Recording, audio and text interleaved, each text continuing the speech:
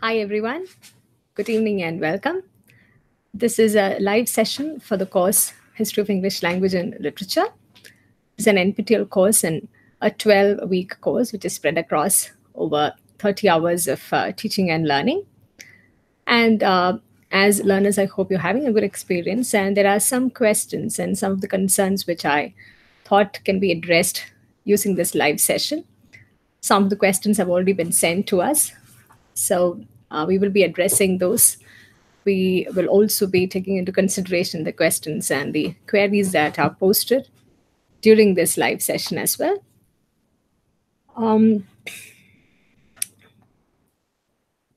So some of you have written and asked about the significance of the poet laureate, the idea of the poet laureate in the historical context of English literature.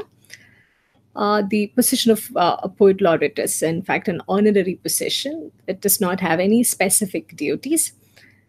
And the poet laureate in England is appointed by the monarch of United Kingdom, and it is on the advice of the Prime Minister. Historically, it can be traced that James I, which was in 1616, James I had a court poet whom he used to sustain by giving out a generous pension. That poet was Ben Jonson.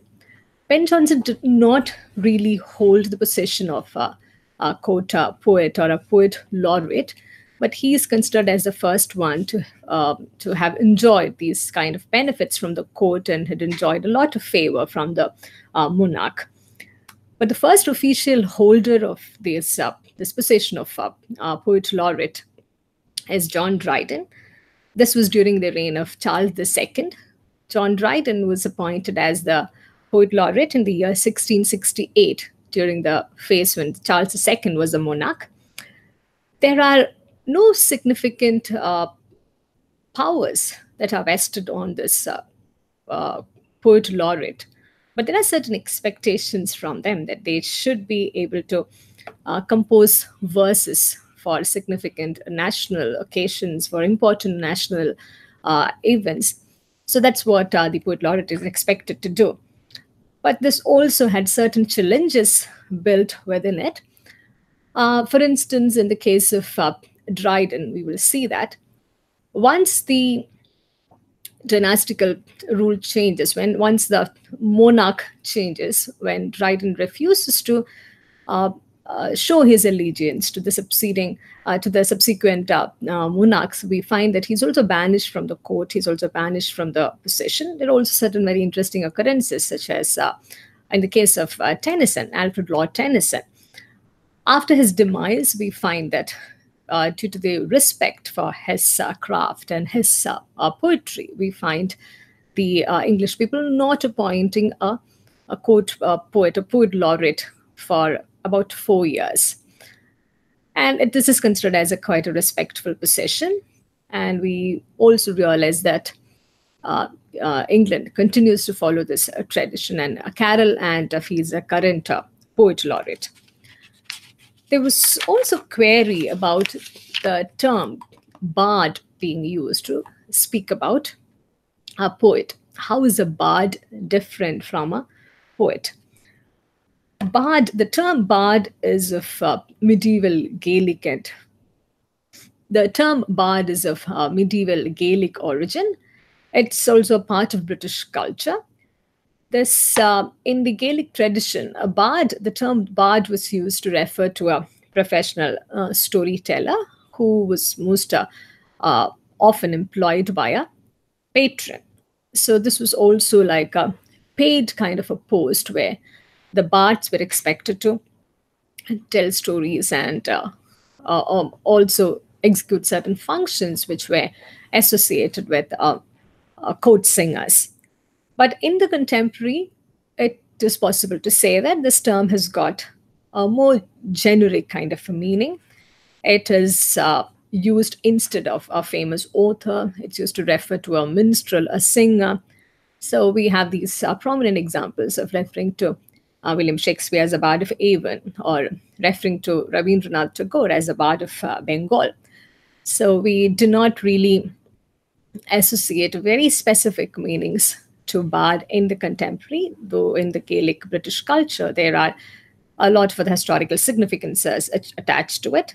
Now it just means a famous poet or a famous singer. And we do have some questions about how to prepare an outline of Old English period, about Old English literature. I would strongly encourage and advise you to follow the lectures that you are listening as part of this course, and also take into consideration the additional material which you can access, and make a habit of making notes, prepare chronological tables, whichever is convenient for you. So think about different innovative ways in which you can list out the chronological significance in one way or the other. That would be one way of looking at the outline of Old English period. The other thing is also to rely on existing material. If you search online, if you Google, you will also find certain study aids which will give you some ready made chronological outline of the entire Old English period and even the entire history of literature from the Old English period till the contemporary. In terms of the methodology that we have adopted for this course, the pedagogy for structuring this course, I would like to speak a little bit about it. We mostly follow the lecture method, and in this course, we've drawn material from different sources which are available, different sources of English literary history, and also a sufficient amount of relevant historical details and relevant historical information is also built into this. And the discussions on the history of language is also made as part of this course as the course progresses. And in terms of the varied kinds of material which we are using, there's no single source from which on which all of these discussions are based upon. As part of the course syllabi, we've also shared some of the important texts that you can access. I encourage you to take a look at them to have a better sense of the things being discussed. And in terms of the specific question that many of you have raised about the relevance of this course in the context of the UGC NET exam, we do cover a vast literary ground from Woolf to Woolf, from Beowulf to Virginia Woolf. That's the broad outline in terms of the historical literary considerations. We also try to look at the major literary events and to at least quite briefly touch upon the individual writers and their significant works. And wherever possible, more details are also provided. Again, one way of keeping track of this could be to take notes as and when you listen to these. Otherwise, in response to, again, most of the queries that we have been getting, there is no single text which can be prescribed. There is no single source which I can cite for you where you can go and approach all these questions and all the material related for NET. But I can, of course, say that the syllabi which we cover is certainly significant for the UGC NET exam. And if you meticulously go through the various things being discussed over here, I'm sure you will get sufficient details, sufficient material to prepare for the NET exam as well. And there is a question on the relevance of Indian poetics. I would like to clarify that Indian poetics is not something which can be covered within the scope of this course. It's predominantly an aesthetic theory which developed from the subcontinent. But in the context of this course, which is on the history of English language and literature, we do not have much scope to talk about the possibilities of Indian aesthetics. That could be a separate course altogether. Perhaps you should read books on Indian poetics to see its significance. But however, there are a few studies, a few historical studies, which try to bring together the relevance of Indian poetics in understanding texts produced from non-Indian cultures, which again is not within the scope of the current course that we are looking at. There's a query about the influence of the Bible in the evolution and development of English language and literature. In terms of language, we had also addressed this as part of one of the lectures in this course. It said that a number of words were added to English vocabulary, a number of expressions, idiomatic usages were added to English language after the translations came out. The most important translation of the Bible being the King James Version, which came out in 1611 during the reign of King James I. And certain expressions such as tender mercy, scapegoat, glad tidings, they were all added into the oeuvre of English language through these many translations. And Bible had a significant influence from another point of view as well, in terms of inspiring and in terms of encouraging production of particular individual works. Some of the things that would come to our mind very quickly are John Bunyan's Pilgrim Progress, Thomas Brown's Religio Medici, Robert Burton's Anatomy of Melancholy. Those works were very directly influenced by the Bible, and we can also see a series of writers and series of storylines being inspired and being quite inspired by the many details which we find in the Bible. And Bible has also been taught as a secular literary text, not approaching that in a religious form, that is. So Bible has also been taught as a literary text in different parts of the world as part of the syllabi and curricula. So there are multiple ways in which you can identify the significance and relevance of Bible in understanding and in situating the emergence and development of English language and literature.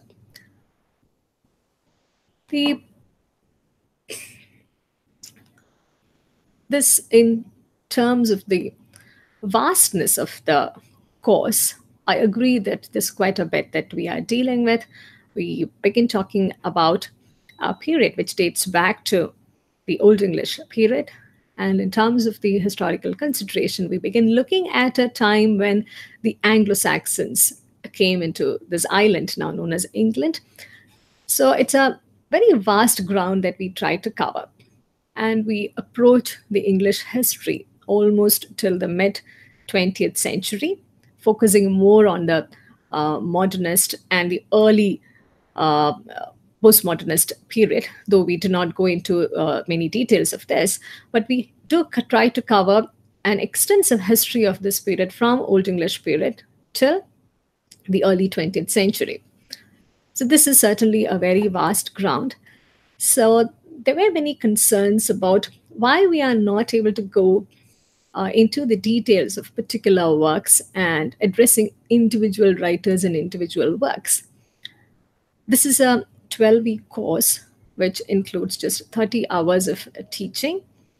Since we are trying to give an outline of this vast period, which runs into centuries, as you know, it may not be possible always to focus on particular works and particular writers. And also there are certain other courses which quite in detail engage with particular readers, particular writers, and particular works. For example, if you're talking about fiction, you will have courses such as the early rise of the novel, 18th century novel, 20th century fiction. These are postmodern fiction, post-colonial writing. These are various kinds of courses which are being taught as part of your BA and MA courses. So I think you should be able to draw connections across these courses so that the missing links in this course, which gives an outline of history and English language and literature, the missing links you should be able to identify them in these other relevant courses as well. And we also get certain concern queries about giving you a reading material, a studying material. And again, this is a point that we had reiterated at the beginning of this session. It's important that you make notes as part of every lecture, since there is no one single source which can be cited or a single PDF file which can be shared with you, which has got all the relevant material. It's important that you keep track of the progress from one age to the other, the progress from um, one period to the other, and also to see the connections and interconnections and the intertextual references in this very broad kind of an outline. And some of you have asked for the transcripts of the course, which is being now run today, which is being run this semester. The transcripts will be made available to you soon. And however, I also advise you against using these lectures as the only notes or the only source of information for you. You should be able to use additional references. You should be able to read in detail about certain minute or certain broad things which are being discussed as part of this course. Um,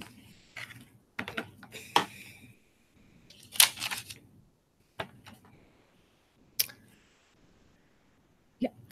About the relevance of this course to your field of study, I would like to add a few things. If you are a student of English literature, if you are a student who is now in the undergraduate state, if you're doing a BA in English literature, I think this is a very relevant course for you to try and understand the background and the context of various literatures being produced. And I think in most Indian universities, BA is a period, it's a time when a course on history of English language and literature gets introduced.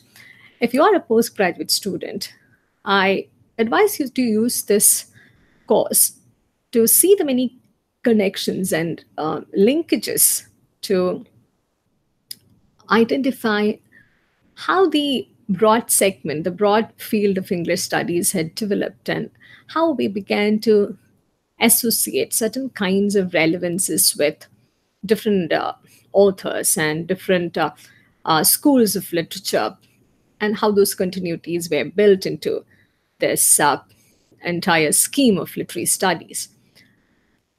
At the in between, as part of this course, we do allow you to take a look at the alternate history which is made available. For example, there are a couple of lectures which talk about the absence of women or the forgotten women writers of the Renaissance period, or uh, the the playwrights and the kind of drama which were forgotten during the Restoration period. So there are these alternate histories and lesser known stories which we focus on.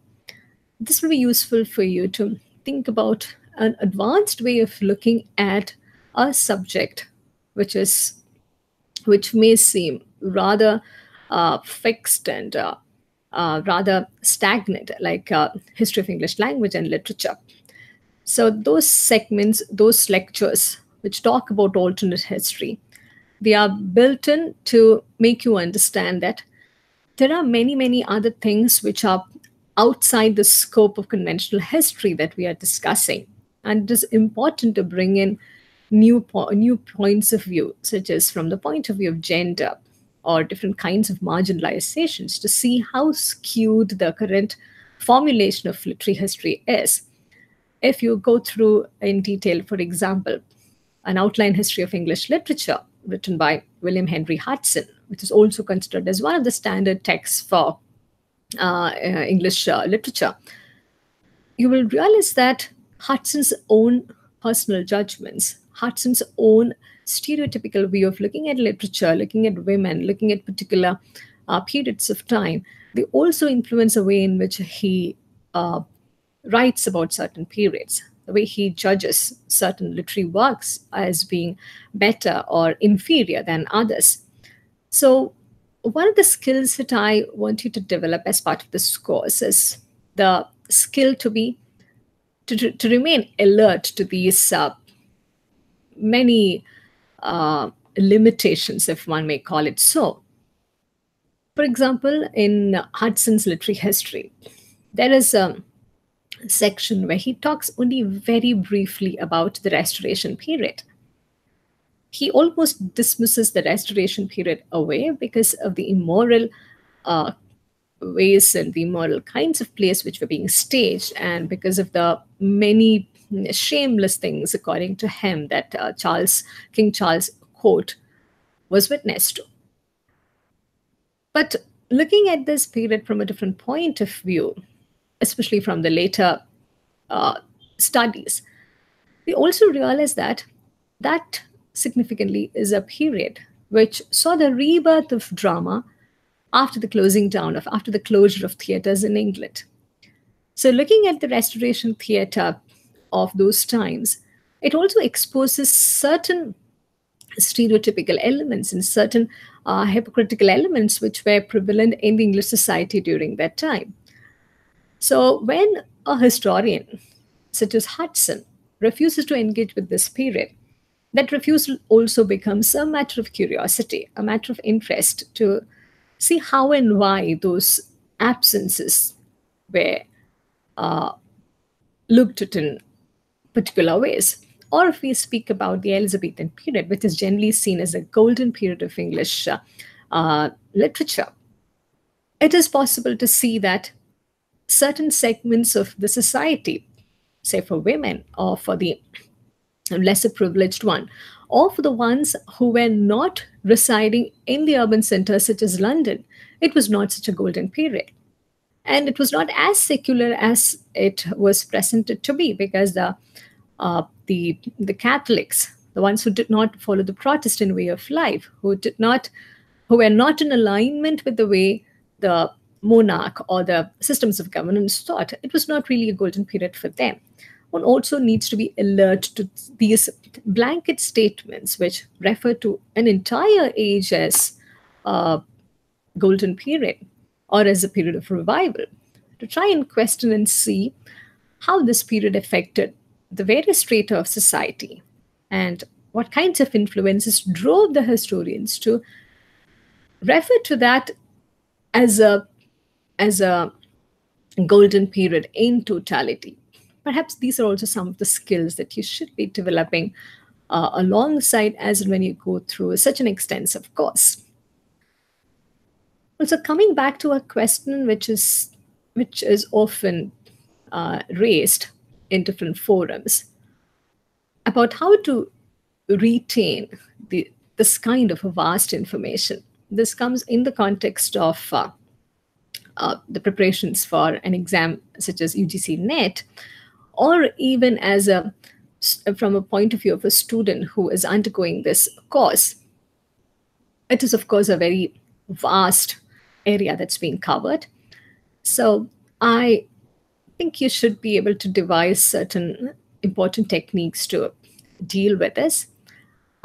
In some of the batches that I taught over here at IIT Madras, I have found students coming up with very indigenous methods of dealing with the expansive and vast nature of this course. They used to prepare huge charts to help them identify the chronological sequence, and to also see the connections which are built across various ages. So I think these things which you devise on your own would be very helpful, rather than blindly following the notes or the PowerPoint slides which you have with you. Your own notes plus the outlines that you make on your own will be very useful in the long run. I also have a word to share with some of you who would perhaps be teaching history of English language and literature at various levels in your colleges, in your own institutions. In terms of teaching, from the teacher's point of view also, this is quite a challenging course, as most of you would agree with me. Many of the details may come across as being irrelevant or rather dull and drab as far as the students are concerned. It is extremely important as teachers to help them see the relevance of this course, how there is a way in which you can trace the history of every single literary milestone back to a historical moment or a literary event. One quick example that comes to my mind is the life of Samuel Johnson. Some of you may recall the event which happened in Samuel Johnson's life, which also led to sort of an economic independence for writers and artists during those times. Because in an earlier period, for a very long time, for centuries, writers and artists were under different patrons. So, to be able to lead a life as a successful artist or a successful writer, one also had to continually please the patron who was under whose patronage this writer or artist was. So it was important to always be in alignment with the political thought process or with the value system and the virtue systems that the patron also believed in. It was quite a tightrope walk for most of these writers. When Samuel Johnson was working on his dictionary, and when he didn't get a favorable response from his patron at various points of time, we find that he ends up completing that work on his own, and it also fetches him a lot of revenue. That opened up a very fresh pathway for him and the many artists of those times. And he was the first one who encouraged the artists and the writers to rely on their own work and also to bring it out to produce more revenue. That was also the time when the publishing industry was beginning to get strength. So we realized that even this seemingly simple thing about a writer publishing his work and getting revenues out of those publications, that also had a historical moment. So Samuel Johnson generally is credited as that person who made this shift possible from patronage to a professional paid artist. So that was an important, very significant shift. And similarly, it is also important for us to know that these different literary moments that are recorded in history, they were perhaps not anticipated when they were happening. If you think about William Shakespeare and the way now he is being looked upon as the greatest artist that English the land of England has produced, you would see that Shakespeare was not a writer in the first place. As a student of literature, as someone who is trying to look at literature and literary studies within the larger context of history, politics, and the many economic developments which were part of it, it's important for you to know that a person who is now celebrated as the greatest gift of English literature was not a writer in the first place.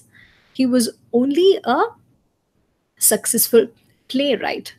He was good at staging great plays. There is no written material that he had published. There is no written work which is said to have borne his name or had the credits to his name as a published work. So that's an important historic information that you need to deal with to see how these changes also have a significant role to play as far as the things like construction of canon or the establishment of literary tradition, all those things are concerned. And about the relevance of seeing the larger connections. When you pay attention to the earlier segments of this literature, you would get an idea about who the Celts were and how they were forced out when the Anglo-Saxons occupied this island.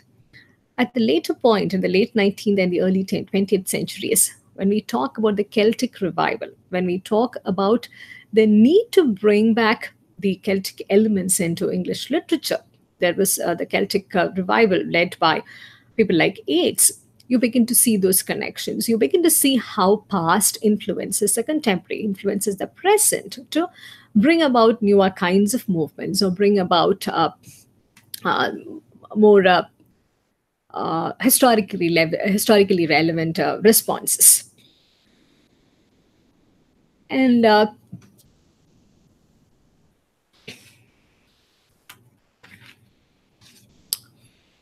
When you pay attention to the way this course is structured, you will also realize that there is a lot of historical information which is being shared, a lot of political details, economic details. We spent few lectures talking about the shifts in the political process, the shift in dynasty. So, what's the relevance of these over here? How is the history of Britain related to the history of the literature that we engage with? That should be an important question that you ask, perhaps in the understanding of every other kinds of literature.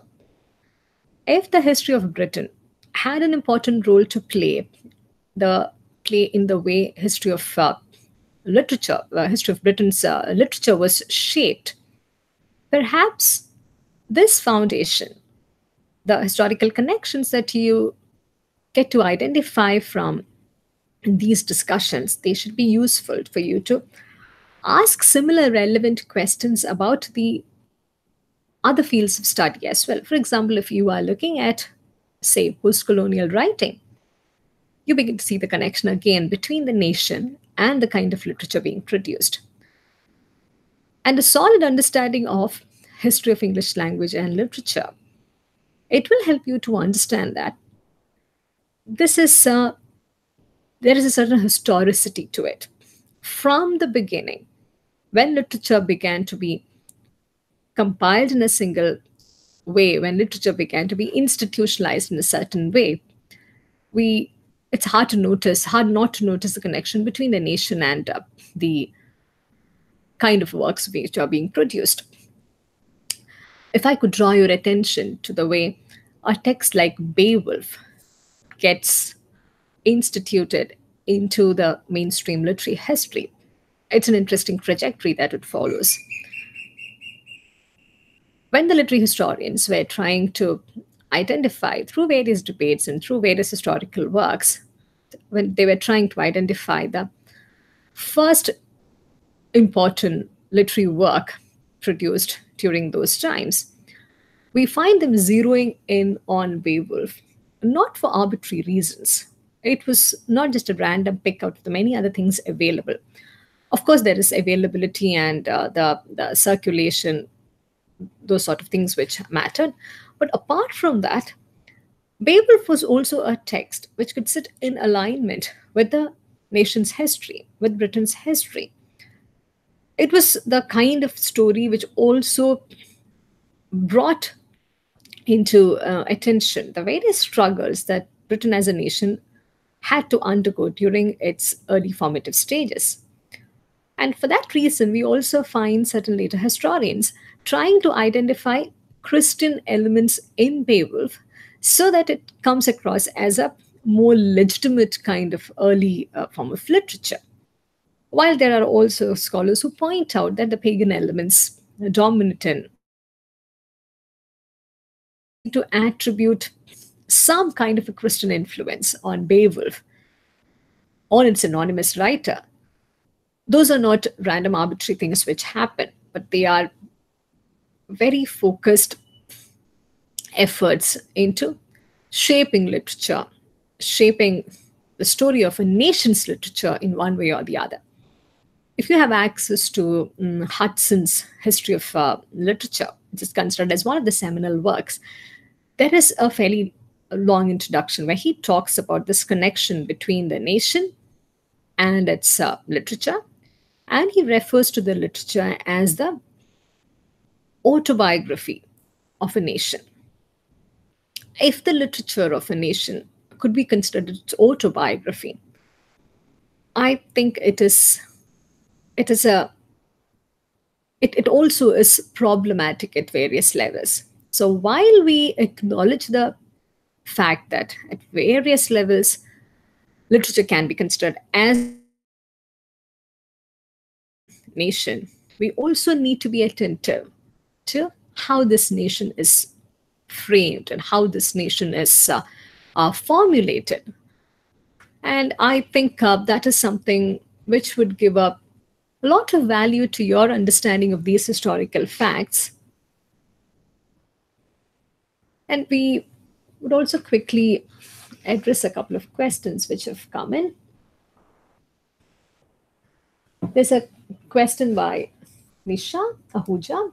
What, according to you, is the most important event of the Elizabethan period, which cannot be overlooked when one studies this period? Okay. Um, it's difficult to say that there is one important event during the Elizabethan period. It's a fairly large segment of period which covers the reign of Queen Elizabeth. It is said that the Elizabethan period was inaugurated by the publication of Spencer's Shepherd's Calendar.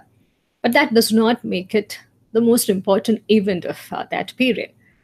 And if one asks you about the most significant writer of this period, one can always come up with William Shakespeare's name, which his productions were perhaps the most notable of those times. His plays were hugely successful. He was a successful playwright as well as a successful artist who could earn his livelihood through this,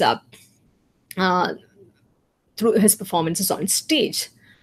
But again, it's difficult to point out a singular literary event, a singular historical event, which is the most important one during the Elizabethan period.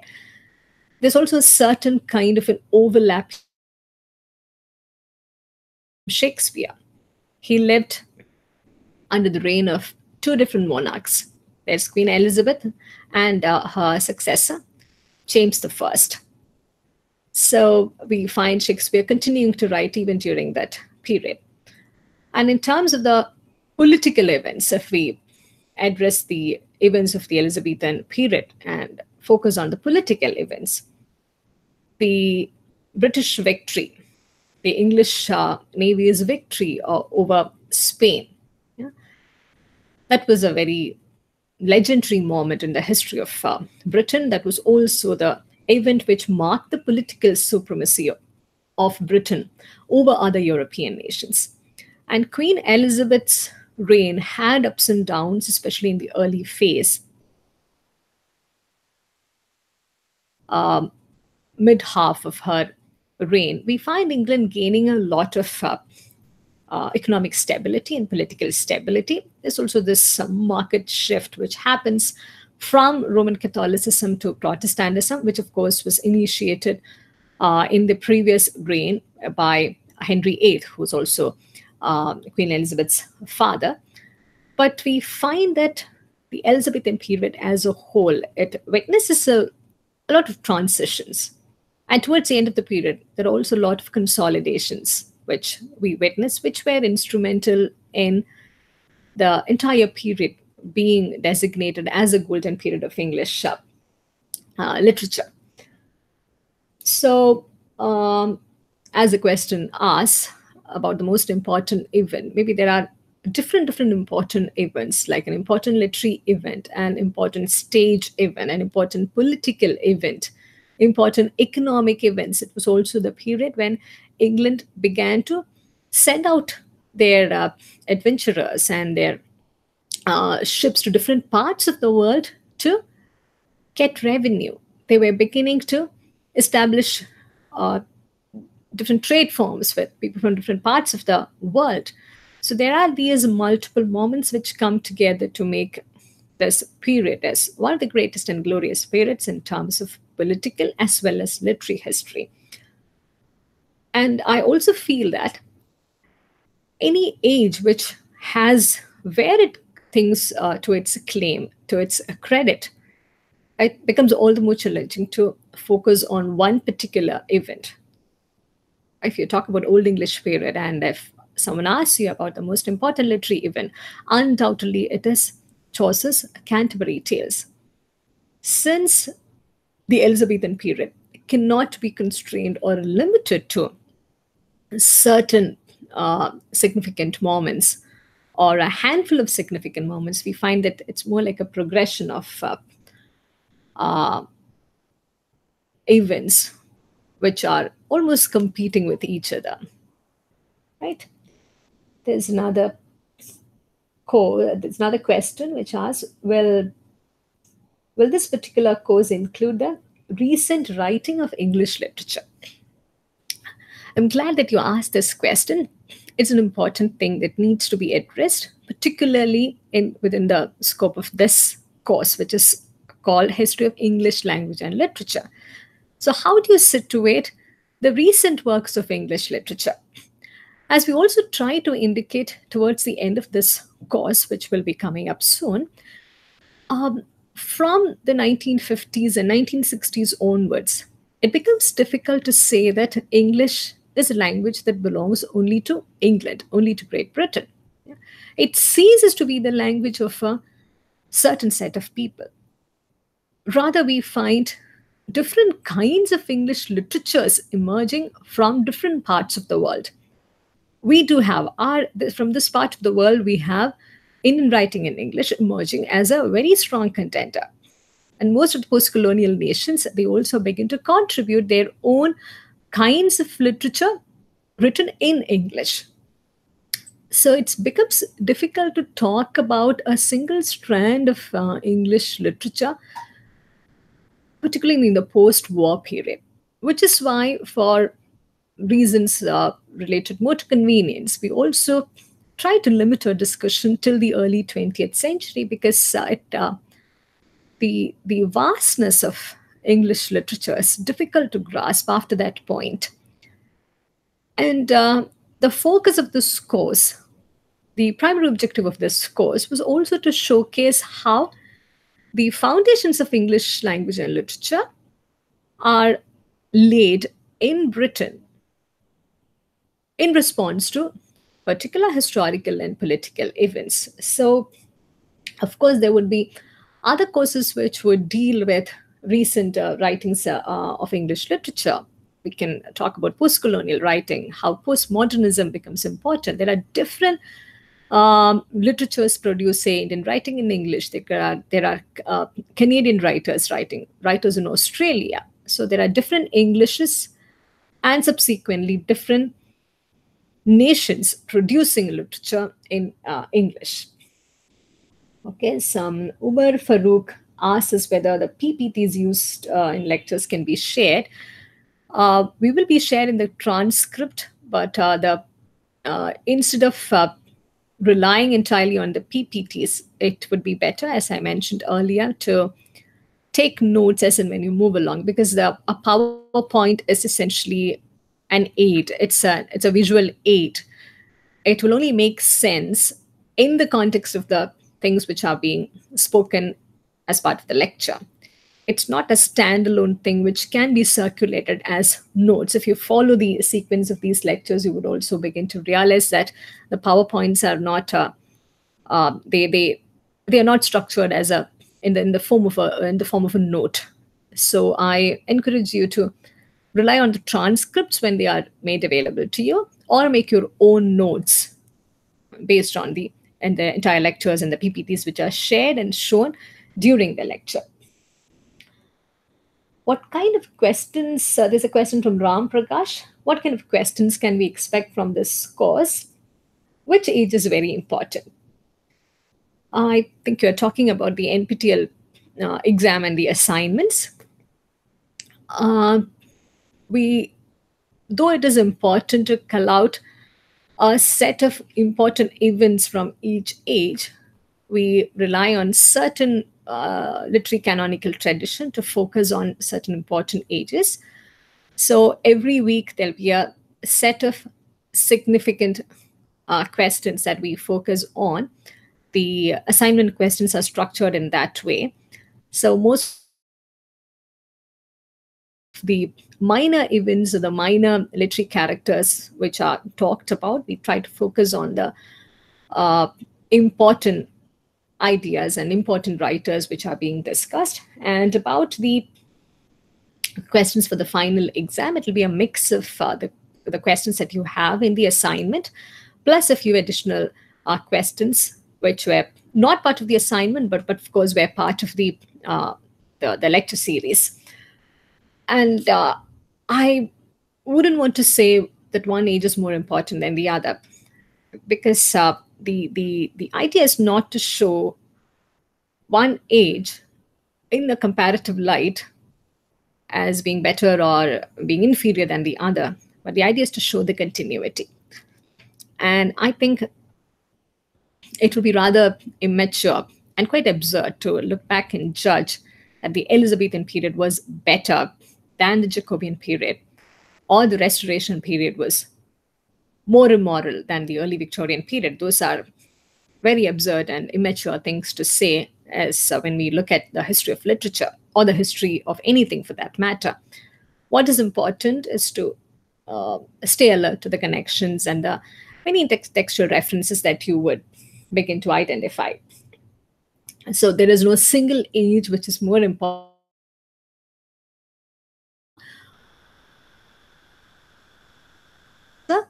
till the early 20th century. There's another question which suggests a parallel reading which could be synthesized for net exams. It will be, if you're still online, are you asking about a parallel reading? That is the intention of the question. This is something which I indicated in the beginning of this session as identify a single source which is useful for net. Of course, there are a lot of material, the line and offline. If you find them useful, do feel free to use them. But as far as this course is concerned, I find it a little tricky to lead you to one single site as this one-stop solution for looking at everything related to net, because the history of English language and literature is only one segment of what is covered in the questions of UGC net. There are various other things which are not covered in this course, such as, say, Indian writing or Canadian writing, post-colonial writing. So I would encourage you to read rather widely and focus on the many courses which are part of your syllabi and curricula to understand what is required of you. I guess it's also time for us to wrap up this session. So if there are any further questions, we will be happy to address those. And I do understand that most of you are really concerned about how this course or how a set of material would be useful and viable as far as the UGC NET exam is concerned.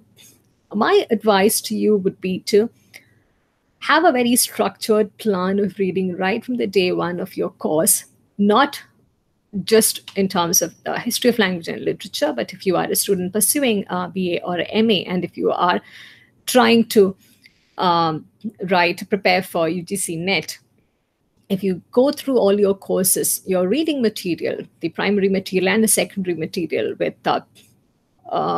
systematically, I don't think this is a hard exam to crack. There are also a lot of material available online, which gives you the objective questions and answers. Plus, in this course, we've tried to cover a vast syllabi, trying to include most of the important ages. And if you are systematic in your approach with all these courses which are important for English literature, I don't think NET is a thing before we wrap up about developing your writing skills as well. I think it's a useful exercise to begin writing short notes after the after the end of every lecture.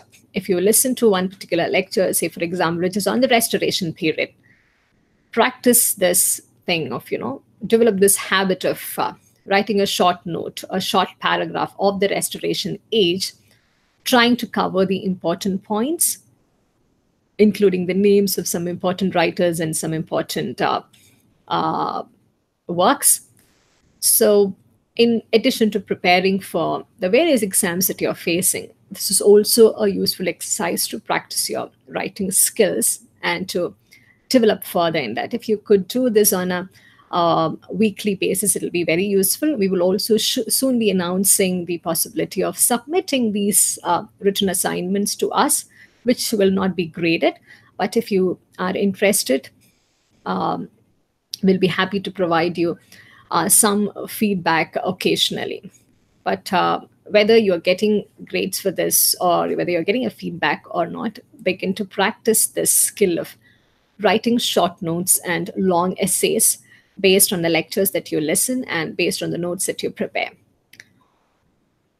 I hope this was a useful session for you. If you have any further queries, please feel free to post them on the forum or write to us. We'll be happy to address them. And if there are other additional concerns which you would like to cover as part of this course, please feel free to share with us, share with the NPTEL team. We'll be uh, happy to take those into consideration as well as we are designing these courses. I thank you for spending your time. Thank you for listening.